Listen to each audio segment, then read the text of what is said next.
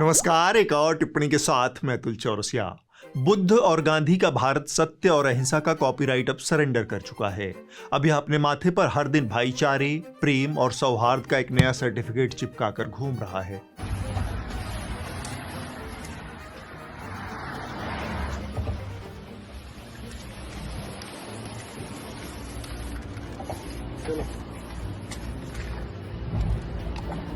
जय श्री राम।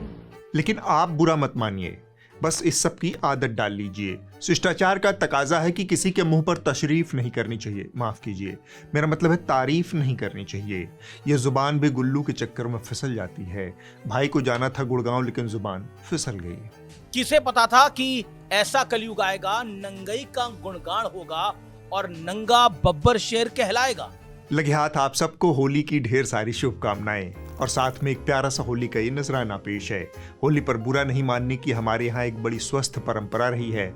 उम्मीद है मोदी जी, योगी जी और भागवत जी सरीखे वो तमाम लोग जिनका जिक्र आने वाला है वो बुरा नहीं मानेंगे, सिर्फ इसका मजा लेंगे, भावनाओं को संभाल कर रखेंगे।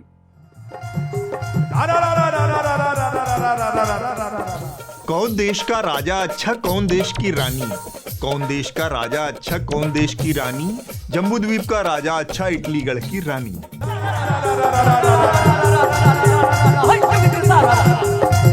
कौन देश का डीजल अच्छा, कौन देश का कोयला?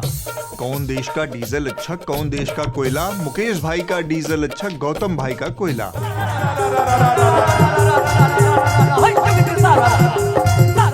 जे साहिब के भक्त न हुई दिन रात करी ना गान। जे साहिब के भक्त न हुई दिन रात करी ना गान। बिना टिकट के ओके भेजल जाई पाकिस्तान।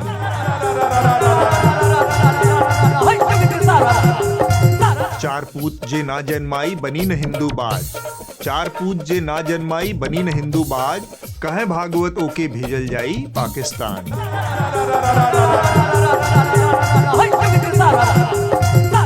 का करबा अमेरिका जाके, का करबा जापान। का करबा अमेरिका जाके, का करबा जापान। टांग में मारा गोली, पिया दूध मिलावल पानी।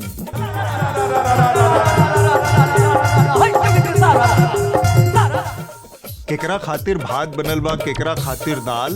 केकरा खातिर भात बनल बा, केकरा खातिर दाल। केकरा खातिर पूड़ी पुआ, केकरा सत्यानाश।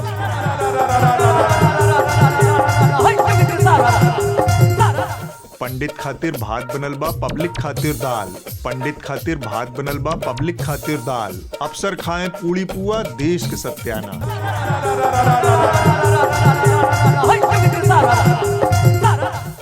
चीनी महंगा, चाउर महंगा, महंगा भैल पिसान।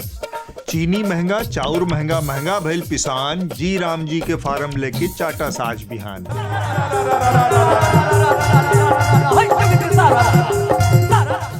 कौन देश में डंडाबाजी, कौन देश हारमोनिया? कौन देश में डंडाबाजी, कौन देश हारमोनिया? दंतेवाड़ा में डंडाबाजी, संसद में हारमोनिया।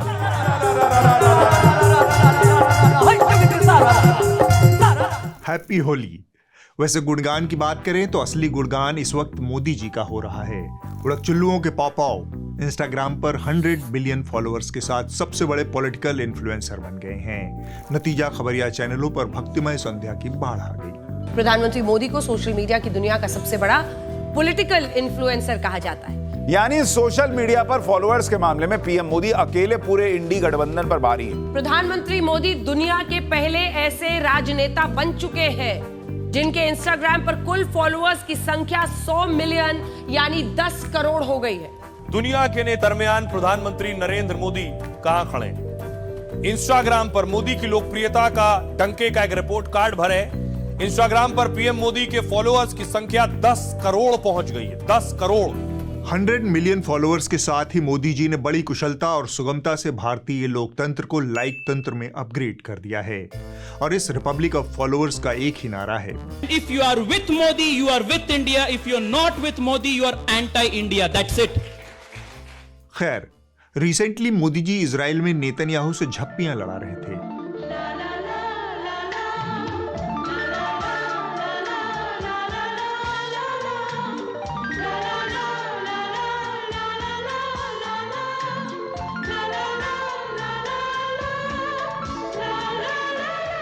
ऐसे घसीट घसीट कर गले कौन मिलता है भाई? यह विदेशी दौरा है, स्कूल का फेयरवेल नहीं। खैर, मोदी जी से मिले इस समर्थन के बाद नेतन्याहू और ट्रंप ने अगले ही दिन ईरान पर हमला कर दिया, जिसमें सर्वोच्च ईरानी धर्मगुरु अयतुल्लाह खामेनेई की मौत हो गई। कई अंतर्राष्ट्रीय समाचार एजेंसी और सरकारी बयानों के मुताबिक ईरान के supreme leader Ayatollah Ali Khamenei Israeli हमले में मारे गए हैं। और पप्पियों झप्पियों के इस मौसम में युद्ध का एक नया मोर्चा खुल गया। इजराइल यात्रा पर मोदी जी भावनाओं में बह गए, जोश जोश में इंडिया को मदरलैंड और इजराइल को फादरलैंड बता बैठे। Israel is their fatherland and India their motherland. अब इस बौद्धिक उवाच का क्या अर्थ था, वह मोदी जी के दर्शन शास्त्र में ही डिकोड किया जा सकता है। अभी तक पूरा सरकारी अमला पाकिस्तान को अपना लौंडा बताकर खुश हो लेता था, अब पाव पाव ने सीधे इजराइल को ही बाप बना दिया है। देश की जनता कंफ्यूज है। हमारे अखिलेश भैया हैं तो मोदी जी आपके चाचा हैं क्या? मेरे चाचा नहीं, कौन है? इस देश के बाप हैं, इस देश के बाप हैं। मोदी जी कूटनीति कर रहे हैं या परिवार नियोजन की कोई नई योजना शुरू कर रहे हैं? हमारी तो मासूम सी सलाह है, जब विदेश नीति नॉन अलाइनमेंट से फैमिली अलाइनमेंट तक अपग्रेड हो ही गई है, तो एक फैमिली व्हाट्सएप ग्रुप भी बना ही लिया जाए, जिसमें रणनीतिक जीजा, ट्रेडिंग मौसी, डिफेंस वाले फूफा, अर्थशास्त्र वाले मौसा जी मिलकर हर सुबह गुड मॉर्निंग के साथ अपने प्रोपेगेंडा की शुरुआत करें। थोड़ी मर्यादा रखिए। थोड़ी सी मर्यादा आप भी रखिए, क्योंकि पत्रकारिता को अब आप जैसे दर्शक और श्रोता ही जिंदा रख सकते हैं। पत्रकारिता सरकार और कॉरपोरेशन के विज्ञापन के भरोसे जिंदा नहीं रह सकती। आप थोड़ा थोड़ा इसमें निवेश करें, न्यूज लॉन्ड्री को सब्सक्राइब करें और जमकर होली मनाएं। हैप्पी होली। वैसे हमारे देश की कुछ बदरंग सच्चाइयां ऐसी हैं जिन पर होली का रंग भी नहीं चढ़ता। इनमें से एक है नॉर्थ ईस्ट के लोगों के साथ हमारा व्यवहार। एक भारत श्रेष्ठ भारत का नारा सिर्फ नेताओं की रैलियों में गूंजता है, देश के आम लोगों के बीच पहुंचकर यह दम तोड़ देता है। वहां एक भारत की जगह चिंकी और श्रेष्ठ भारत की जगह चाइनीज, मोमो, मसाज जैसे शब्द ले लेते हैं। देखते ही देखते राष्ट्रीय एकता का प्रोजेक्ट मसाज पार्लर के भीतर तेल लगवाने पहुंच जाता है। यह वीडियो हमारी उसी बदसूरत राष्ट्रीयता का क्लोजअप है। तुम क्या बोला? हम दारू पीते हैं। मेरा रूम चेक करो, एक भी चीज मिला ना उसके बाद देखेंगे। पीछे करके बात कर, देखा ना उंगली पीछे करके बात कर, उंगली पीछे करके बात कर। चेक कीजिए, मैं चेक कीजिए, चल चेक कीजिए, चेक कीजिए। तो चल मसाज पार्लर। यह वाकया दिल्ली के मालवीय नगर इलाके में घटा। अरुणाचल प्रदेश की 3 युवतियां किराए पर वहां रह रही थी। 22 फरवरी को एसी लगाने के लिए दीवार में ड्रिल चल रही थी। थोड़ा मलबा नीचे गिरा और उसके साथ भारत की विविधता का प्लास्टर भी झरझर कर झड़ गया। नीचे रहने वाले पड़ोसियों ने अपना गटर नुमा मुंह खोला और उसमें से बजबजाता नस्ली मवाद बाहर आ गया।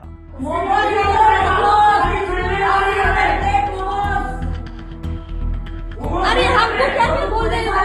धक्का दे रही है क्या? गटर साफ कर दिया तुम? एंड हुए उन लोगों पे तो तुमको सपोर्ट करते हैं। You people are sick. You keep silent when you do racism. Not these people are sick. एक मामूली सी बहस कुछ ही पलों में मोमो, मसाज पार्लर और north east people are shame जैसे नस्ली जुमलों में तब्दील हो गई। मगर यह कोई इकलौती घटना नहीं है।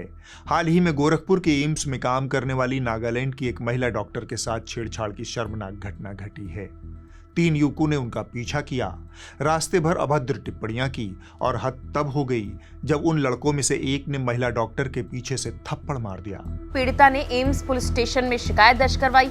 अपनी शिकायत में विस्तार से बताया कैसे तीनों युवकों ने पीछा किया, नस्लवादी टिप्पणियां की, अभद्रता की, गलत तरीके से छुआ और कपड़े उतारकर प्राइवेट पार्ट दिखाने की कोशिश तक की। ऐसी भद्दी और दुखद घटनाएं पहले भी सामने आती रही हैं। 2014 का नीरो तानिया मामला सबसे चर्चित रहा, जब अरुणाचल प्रदेश के इस छात्र की नस्ली टिप्पणी का विरोध करने पर पीट कर हत्या कर दी गई थी। कोविड महामारी के दौरान उत्तर पूर्व के लोगों को कोरोना कहकर पुकारना, उन पर थूकना और सार्वजनिक रूप से अपमानित करने जैसी घटनाएं भी दर्ज की गई। वहीं दिसंबर 2025 में देहरादून में पढ़ाई कर रहे त्रिपुरा के 24 वर्षीय छात्र पर चाकू से हमला किया गया। 16 दिनों तक अस्पताल में रहने के बाद उनकी मौत हो गई। 29 तारीख की दोपहर लाजपत नगर में हुई एक मारपीट के 24 घंटे बाद एक अरुणाचली छात्र नीडो तैनियम की मौत हो गई। नीडो के दोस्तों का आरोप है कि किसी ने उसके पहनावे और बालों का मजाक बनाया और झगड़ा शुरू हो गया। और सबके सामने इतना चिल्ला रहा है, बोल रहा है हम लोगों ने कोरोना वायरस लेके आया ऐसे बोल के, बोल रहे सामान लेके अभी खाली कर रहे हो ऐसा बोल रहे हैं। भारत के पूर्वोत्तर राज्य त्रिपुरा का रहने वाला MBA का छात्र एंजल चकमा की नस्लीय हमले में घायल होने के 14 दिन बाद अस्पताल में मौत हो गई। ये घटनाएं सिर्फ अलग अलग आपराधिक मामले नहीं हैं, बल्कि नस्लवाद की कड़वी हकीकत है। सवाल सिर्फ कानून व्यवस्था का नहीं, बल्कि राष्ट्रीय समझ का भी है, जो चेहरे को नागरिकता का पैमाना बना देती है। लगे हाथ योगी जी का हाल भी सुन लीजिए। महाराज जापान के दौरे पर थे, यूपी में निवेश लाने के लिए पहुंचे थे, मगर योगी जी से पहले उनके विकास का बुलडोजर मॉडल जापान पहुंच गया। कोई बुलडोजर की टी शर्ट पहनकर खड़ा था तो कोई पूरा का पूरा बुलडोजर ही उठा लाया। जी हाँ, ये जापान की तस्वीरें हैं और जापान की तस्वीरों में आपको बुलडोजर नजर आ रहा होगा। साक्षात जो है यहाँ पर बुलडोजर लाया गया है। ये बताइए जापान में बुलडोजर कौन लाया? ये हमारे दादाजी लेके आए हैं बुलडोजर। दादा इनको बोलते हैं बुलडोजर बाबा। जापान में है तो बुलडोजर तो यहाँ पे चाहिए ना।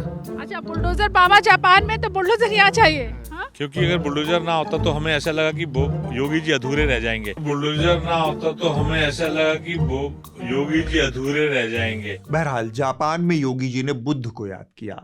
अपने देश में तो उन्हें आपने गोली, बटेंगे तो कटेंगे आदि करते ही सुना होगा। बटेंगे तो कटेंगे। बहुत बार लोग टिप्पणी करते हैं कि पुलिस ने गोली क्यों मार दी। अगर पुलिस गोली ना मारी तो क्या पुलिस गोली खाए? इस धरती का और खास तौर पर भारत का एक ही धर्म है, वो सनातन धर्म है। जापान में उन्हें अहिंसा परमो धर्म तथागत बुद्ध की याद आ गई। भगवान बुद्ध से जुड़े हुए दुनिया के अंदर सर्वाधिक महत्वपूर्ण स्थल उत्तर प्रदेश में ही स्थित है। इसके अलावा कौशाम्बी, संकिसा और इस प्रकार के अनेक महत्वपूर्ण स्थल जो भगवान बुद्ध से जुड़े हुए हैं, ये उत्तर प्रदेश में है। थिथरई देखिए कि जो लोग भारत छोड़कर जापान में अपना भविष्य बना रहे हैं, वो वहीं से बुलडोजर मार्का विकास के मॉडल पर मुग्ध हो रहे हैं। खैर, यूपी वालों को बुलडोजर एक्सप्रेस के जनरल डिब्बे में ठूस कर योगी जी खुद जापान के हाई स्पीड ट्रेन में विकास का आध्यात्मिक दर्शन करने निकले।